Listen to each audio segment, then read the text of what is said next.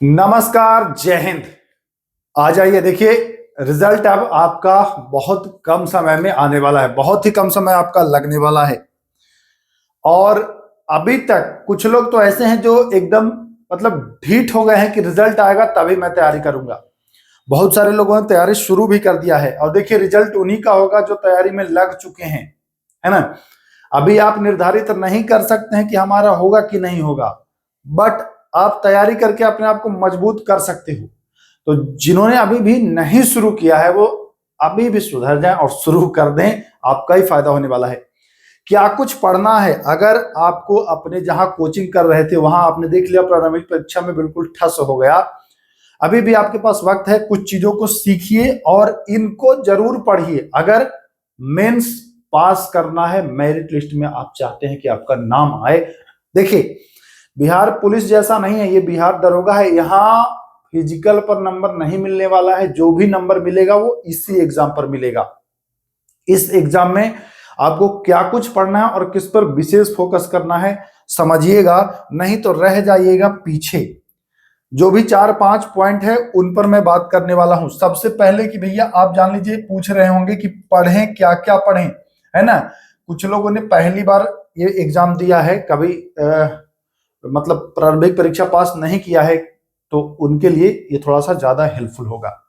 देखिएगा, जैसे आपने प्रारंभिक परीक्षा में आपने देखा कि करंट अफेयर एक अहम रोल रखा है और करंट अफेयर के जो लगभग क्वेश्चन थे वो 20 के आसपास, किसी में 18, किसी में 20, किसी में 17, किसी में 22 ऐसे पूछे गए हैं। तो ये प्रारंभिक परीक्षा में क्या था? करंट अफेयर था। ठीक है, ये क्या था? करंट अफेयर था। यहां पर बहुत सारे लोग ये कमेंट किए हैं कि क्या मेंस में भी रहेगा? सब कुछ मैं बताने वाला हूं। तो चलिए अब हम पॉइंट नंबर 1 से एकदम बिल्कुल अच्छे से आते हैं। पहला पॉइंट जो बदलने वाला नहीं है, जो पीटी में भी यानी प्रारंभिक परीक्षा में भी था और मेंस में भी रहेगा, वो जो बदलेगा नहीं वो रहेगा आपका साइंस। साइंस यहां भी आपको उतना ही पढ़ना है जितना प्रारंभिक परीक्षा के लिए पढ़ा था आपने। 15 से 20, 22 भी आ सकते हैं। तो साइंस आपका नहीं बदला है, साइंस आपका पढ़ना ही पढ़ना है। दूसरे नंबर पर बात करेंगे तो पॉलिटी। जी हाँ, पॉलिटी में भी बदलाव नहीं होगा, पॉलिटी भी आपको पढ़ना ही पढ़ना है और उतने ही मात्रा में पढ़ना है। देखिए यहां भी जो प्रश्न रहेगा वो 20 के इर्द गिर्द रहेगा, 2-3 कम या 2-3 ज्यादा। ये जो रहता है ये 10 के आसपास रहता है, कभी 2-3 ज्यादा, एक आध कम ऐसे रह सकता है, ये कंडीशन रहेगा। तो मतलब ये चेंज नहीं हुआ है। अब आ जाइए, मैं अगर बात कर लूं तो तीसरे नंबर पर मैं बात कर लूं ज्योग्राफी की। ज्योग्राफी की तो ज्योग्राफी से भी प्रश्न आपको आएगा, जैसे प्रारंभिक परीक्षा में आया था, मेंस में भी आपको आएगा। 10 प्रश्न के आसपास रह सकता है, 12-13 भी रह सकता है, 1-2 कम भी रह सकता है। तो 2-4 का सब में फासला रह सकता है। बाकी हम ये गिनाने नहीं आए हैं हम कि कितना प्रश्न आता है, मैं ये बताने या ये जताने आया हूं कि इन सब्जेक्ट को आपको पढ़ना है, ये हूबहू आएंगे, बदलने वाला नहीं है। चौथे नंबर पर जो है वो है हिस्ट्री। हिस्ट्री हिस्ट्री भी आपको देखने को मिलेगा। जी हाँ, हिस्ट्री भी आपको देखने को मिलेगा, यहां भी बदलाव नहीं होगा। 7-8 प्रश्न, 10 प्रश्न भी हो सकते हैं। ठीक है, प्रश्नों की संख्या बढ़ भी सकती है। एक चीज ध्यान रखिएगा, जैसा कि मैंने 2-3 बार का पिछले बार का देखा है, तो देखिए मध्यकालीन से प्रश्न पूछा है और खास करके जो चोल, चालुक्य, राष्ट्रकूट, इन सब से प्रश्न एक आता है, कृष्णदेवराय, इन सब से प्रश्न आता है। तो थोड़ा सा समझिएगा, अगर आप हमसे जुड़े रहेंगे तो मैं तो ये सब कराऊंगा ही, अगर आप खुद से करना चाहोगे तो जो भी चीजें हैं वो मैं बता दे रहा हूं। तो ये कुछ है जो बदलने वाला नहीं है। अब आते हैं जो बदलने वाला है, तो ध्यान रखिएगा क्या है बदलने वाला। आ जाइए, इसको मैं अगर छोटा कर लूं तो जो आपका बदलने वाला है वो मुख्य रूप से बदलने वाला है ये करंट अफेयर। जो प्रारंभिक परीक्षा में जो करंट अफेयर के लगभग 20 के आसपास प्रश्न रहे थे, इसका लोप होता नजर आएगा। लोप होता का मतलब कि मुख्य परीक्षा में करंट अफेयर ना के बराबर रहता, अगर पूछा भी तो 3-4 पूछ सकता है। ठीक है, 3-4 पूछ सकता है, तो नोट कर लीजिएगा। ऐसे 2-3 कभी कभी पूछ देता है, 20-20 नहीं पूछता है, 3-4-5 भी हो सकता है। ठीक, तो ये पैटर्न देखने को मिला है अब तक।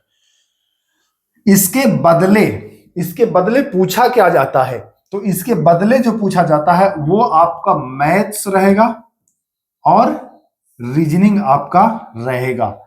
तो जो करंट अफेयर का जो रहता है योगदान, वो मैथ और रीजनिंग में बदल जाता है। बाकी प्रारंभिक परीक्षा में भी आपने देखा था कि 10 के आसपास मैथ रीजनिंग का प्रश्न था। तो यहाँ जो इसमें से जो 3-4 बचा, यानी कि 16 के लगभग ये हुआ और 10 ये वाला भी रहेगा, यानी कि आप देखिएगा तो 25 के आसपास मैथ और रीजनिंग भी आपका रहने वाला है। ठीक से समझ लीजिए, मैथ और रीजनिंग भी 25 के आसपास रहने वाला है। वहीं अगर 3-4 करंट की बात कर ले तो 25-5-30 हो गया, साइंस को लगा दे 20 तो 50 हो गया। ठीक है, पॉलिटी 10, ज्योग्राफी 10, 70 हो गया। हिस्ट्री के लगभग आसपास के प्रश्न हो जाएंगे, 10 तो 80 हो गया। ठीक, अब दो चार प्रश्न और इधर उधर हो सकता है, लेकिन कुछ सब्जेक्ट और हैं जो आपका अलग से देखने को मिलेगा। जैसे आपका मिल जाएगा इकोनॉमिक्स। जी हाँ, इकोनॉमिक्स से भी लगभग आपका 5 के आसपास प्रश्न रहेगा। देखिए, प्रारंभिक परीक्षा में थोड़ा सा ज्यादा रहता है, मुख्य परीक्षा में 1-2 क्वेश्चन उससे कम रहता है। तो ये हो जाएगा प्रारंभिक परीक्षा। ठीक है, मुख्य में हो जाएगा आपका 5-6 ऐसे हो सकता है। ठीक ना, तो ये कुल मिलाकर के देखिए, मैं फिर एक बार दोहरा दूं कि मैं ये गिनाने नहीं आया हूं कि कितने प्रश्न आएंगे। मेरा मकसद है उन खास विषयों पर आपका ध्यान आकर्षित करना जिसको आप हल्के में ले रहे हैं। अब कुछ लोगों का कहना होगा कि सर हिंदी और इंग्लिश, तो देखिए हिंदी तो आपको पढ़ना पड़ेगा ही, क्योंकि हिंदी का पेपर आपका अलग से 100 क्वेश्चन का भी होगा। ठीक है, तो हिंदी आपको अलग से पढ़ना पड़ेगा। अंग्रेजी की मैं बात करूं तो हो सकता है 2 अंग्रेजी 1 अंग्रेजी दे दे, है ना भी दे, तो ये मान के चलना है। बाकी अब ये नहीं है कि अंग्रेजी में पूरा आपको उलटने लगना है, पूरा इतिहास अंग्रेजी, ये सब नहीं करना है। ठीक है ना, 1-2 प्रश्न अगर आ सकता है, अगर आए तो ठीक। वही जो प्रारंभिक परीक्षा में जैसे ट्रांसलेशन हल्के फुल्के, थोड़े से शब्द जो न्यायिक से जुड़े हो, है ना, तो कुछ ऐसे देख लेना है। बहुत ज्यादा इसके लिए परेशान ना होना है। परेशान किसके लिए होना है, ये जरा आपको ध्यान देना है। देखिए, ये जो आप बंडल में नंबर उठाएंगे, जो उठाएंगे आप मैथ और रीजनिंग से आप बंडल के बंडल नंबर उठाएंगे। मैं कुछ बता रहा हूं टॉपिक, उनको नोट कर लें आप। देखिए, चक्रवृद्धि ब्याज कंपाउंड इंटरेस्ट आपका एकदम पूछेगा ही पूछेगा। 2-3 प्रश्न इससे पूछ देगा, 2 प्रश्न जरूर पूछ देगा। ठीक है, प्रतिशत से आपका प्रश्न रहेगा, लाभ हानि से आपका प्रश्न रहेगा, प्रॉफिट एंड लॉस से रहेगा। ठीक ना, एक आध प्रश्न आपका वृत्त आयत से हो जाएगा, है ना, इसका त्रिज्या या इसका व्यास या इसका क्षेत्रफल निकालने के लिए वृत्त का। और अब आते हैं मुख्य रूप से, एक आध आपका सरलीकरण हो सकता है, एक आध ना भी हो, लेकिन एक आध देखता हूं कि मिल जाता है। तो मुख्य रूप से ये रहेगा। अब मैं बात कर लूं, एक अनुपात से भी प्रश्न कभी कभी दे देता है और एक उम्र वाला दे देता है, जैसे पिता की उम्र फलना है, आयु वाला। तो ऐसे ही प्रश्न आपको दिखाई देंगे। ठीक ना, बाकी ज्यादा जटिल नहीं रहता है, ये मान लीजिए आप। अब रीजनिंग पर जो मैं फोकस कराऊं, तो सबसे पहले आप तो नंबर सिस्टम अच्छे से देख लेंगे। इसको आप मैथ में काउंट कर लो या रीजनिंग में काउंट कर लो, किसी में काउंट कर लो, नंबर सिस्टम। ठीक, अब एक प्रश्न आपका देता है त्रिभुज गिनने वाला, जो बता रहा हूं उसको एकदम नोट कर लीजिए, आना ही आना है प्रश्न। जैसे ऐसे त्रिभुज दे देगा, त्रिभुज के अंदर त्रिभुज अब बताएगा कि गिनती करिए इसमें त्रिभुज कितने हैं, या आपको दे देगा आयत या वर्ग बना के दे देगा, और वर्ग के अंदर ऐसे वर्ग बना देगा।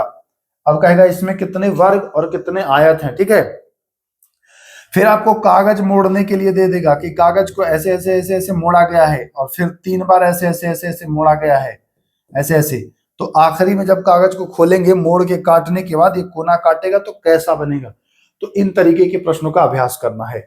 एक आपका ब्लड रिलेशन से प्रश्न आपका इसमें पूछता है, ब्लड रिलेशन कहेगा उसके भाई का पोता, या फिर ऐसे कहेगा कि एक तस्वीर की ओर इशारा करते हुए एक महिला ने कहा कि वो हमारे पति के भाई की बहन की बेटी, उससे उस महिला का क्या रिश्ता है, ऐसे आपसे पूछेगा।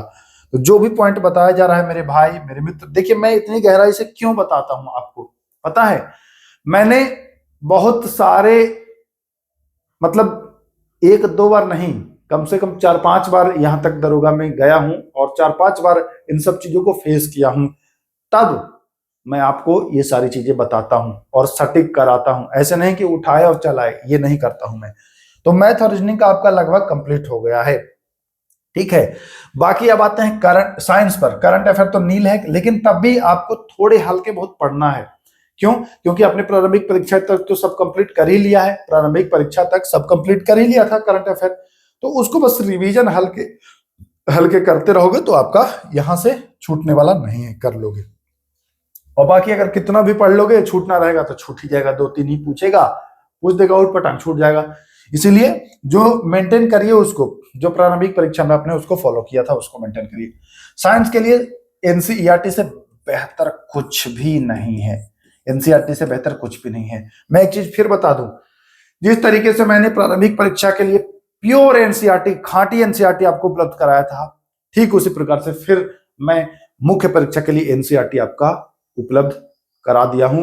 क्लास 9th और 10th का मैं आपको pure NCERT line by line, जी हां, लाइन बाय लाइन और कथन निष्कर्ष बना करके क्वेश्चन के माध्यम से आपको करा रहा हूं। 9th क्लास लगभग कंप्लीट हो चुका है, चैप्टर 11 तक मैंने कंप्लीट करा दिया, 1-2 चैप्टर इसमें और बचा है, फिर उसके बाद 10th वाला शुरू होगा। इन सब का पीडीएफ भी आपको दिया जा रहा है। पीडीएफ के लिए डिस्क्रिप्शन में लिंक दिया है टेलीग्राम का, टेलीग्राम ज्वाइन करके और पीडीएफ वाले ग्रुप की जानकारी ले सकते हो। तो आपको फोकस करना है। बाकी रही बात पॉलिटी की, तो अगर आप हमसे जुड़े हैं तो एक प्रश्न आपका पॉलिटी से नहीं छूटने दूंगा, ये गारंटी है, एक सवाल नहीं छूटने दूंगा, ठीक है। जैसे प्रारंभिक परीक्षा में आपने देखा था, उसी तरह से मुख्य में भी आपको रखूंगा। ज्योग्राफी भी मैं एनसीईआरटी कम से कम 9th और 10th का तो करा ही दूंगा, एनसीईआरटी कराऊंगा, उसके अलावा अन्य से भी कराऊंगा, अदर से भी छोड़ूंगा नहीं।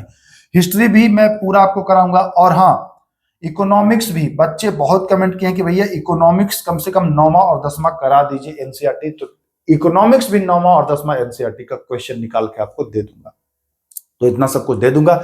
नहीं तो आप चाहें तो खुद भी पढ़ सकते हैं, कोई जरूरी नहीं है कि आप हमसे जुड़ेंगे तभी आपका सिलेक्शन होगा। ऐसा कहीं भी लिखा पढ़ी में नहीं है कि आप हमसे जुड़ेंगे तभी सिलेक्शन नहीं होगा, ये सब कहीं नहीं लिखा है। या किसी भी टीचर के मुख से अगर आप ये सुनते हैं कि मेरे यहां ही पढ़ोगे तो सिलेक्शन होगा, तो वो समझिए कि आपको क्या समझ रहा है, हाँ, जो आप समझ रहे हैं वही समझ रहा है। तो ऐसा नहीं है, इन चीजों को आप खुद भी फॉलो कर सकते हो, जो मैं बताया हूं उसको आप खुद फॉलो करिए। या तो अगर हमसे जुड़ के करेंगे तो मैं अपने 4-5 बार का जो अनुभव है उसके साथ आपके साथ रहूंगा। बाकी आपकी मर्जी। फिर मिलते हैं, तब तक के लिए नमस्कार।